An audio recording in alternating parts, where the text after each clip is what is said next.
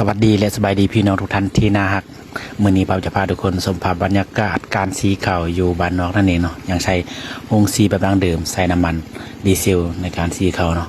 อันนี้ก็คือปั๊มปล่อยน้ำหรือว่าปั๊มใส่น้ำมันเทแล้วก็เลยใช้แบบท่อยางท่อแบบนี้ครับทุกคน ทนทานอยู่ดีซื้อมาหลายปีแล้วแต่ว่ายังใช้งานได้อยู่ชาวบ้านมาซีเขาก็ไล่เป็นซอบเนาะซอบหนึ่งก็25,000 กีบถ้าเทียบบาทก็ประมาณซอบหนึ่ง40 บาท50 บาทประมาณนี้ทุกคนเนาะอยู่ในชนบทยังใช้ฮงซีแบบใส่น้ำมันดีเซลแบบนี้ในการซีเขาเพราะว่ามันก็สะดวกรวดเร็วนะทุกคนฮงซีน้ำมันอยากใส่อยู่แต่ว่ามันบ่มีไฟฟ้าใส่ก็เลยใช้แบบดังเดิมนี่แหละถ้าบ่ได้เกิดทันก็สิเห็นอยู่ดอกเนาะถ้าบ่ได้เกิดบ่ทันก็สิบ่เห็นดอกแต่อยู่ชนบทฝั่งลาวยังมีหลายอยู่เด้ในกรณีที่มันเพพังขึ้นมาอยู่ในบ้านก็มีซังซ้อมฮงซีอยู่เด้ทุกคนแค่เจ้าของไปซื้ออะไรอยู่ในเมืองขึ้นมาแล้วก็ให้เขาเจ้าประกอบให้เขาเจ้าซ่อมให้แล้วก็จ่ายค่ามือซังซ่อมถ้าเจ้าของฮงซีใจดีก็เราให้ไก่โตพุ่นแล้วมือแรงกับเมาอย่างเดียวพุ่นละขอบใจและขอบคุณทุกท่านที่ให้เกียรติเข้ามารับชมเนาะ